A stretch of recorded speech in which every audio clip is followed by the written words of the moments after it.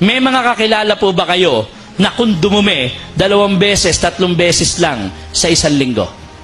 Yes, may mga tao pong ganyan. Ang gaganda ng itsura, ang gaganda ng damit, pero di naman nadudumi. At kapag hirap kang dumumi, ano po pinakagrabing sakit pwedeng mangyari sa'yo? Colon cancer, cancer sa bituka. Dahon na sili. Ito palang dahon na sili, magaling pala to sa mga kasukasuan. Arthritis, rheuma, at meron pong sangkap ang dahon ng sili na nagpapaluwag na ugat natin. Capsaicin kung tawagin, para gumanda yung pagdaloy ng ating dugo. At napakagaling din po niyang magpababa ng kolesterol. Pangatlo, itong tinatawag natin na saluyot. Kayo po ba nakakain na ng saluyot? Yeah. Pag kumain kayo ng saluyot, ano po nararamdaman niyo sa bibig niyo?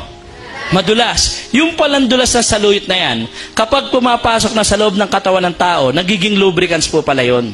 Na nakakatulong po naman para yung mga toxin, yung mga taba na kinakain mo, preservatives na yan, huwag kumapit sa bituka nyo. Sumama siya padulas. Kasi high fiber po ito. Kasi kapag kulang po kayo sa fiber, ano po kaya unang sakit pwede mangyari sa inyo? Constipation. Constipated ka. Hirap kang dumumi. May mga kakilala po ba kayo na kung dumumi 2 beses, 3 beses lang sa isang linggo?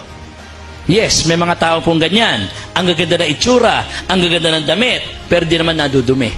At kapag hirap kang dumumi, ano po pinakagrabing sakit pwedeng mangyari sa'yo? Colon cancer, cancer sa bituka. Yung nga lang mga basura natin sa bahay, huwag mo itapon ng 3 araw, napakabaho na. Yung pa kayang nasa loob lang po ng tiyan nyo. Ito po ang nagsisilbing sabon sa loob ng bituka natin. At sa Japan, yung dahon niyan, pinatutuyo nila. Ginagawa nilang capsule, anti-stress. Papatanggal ang sakit ng ulo, pagod po nila.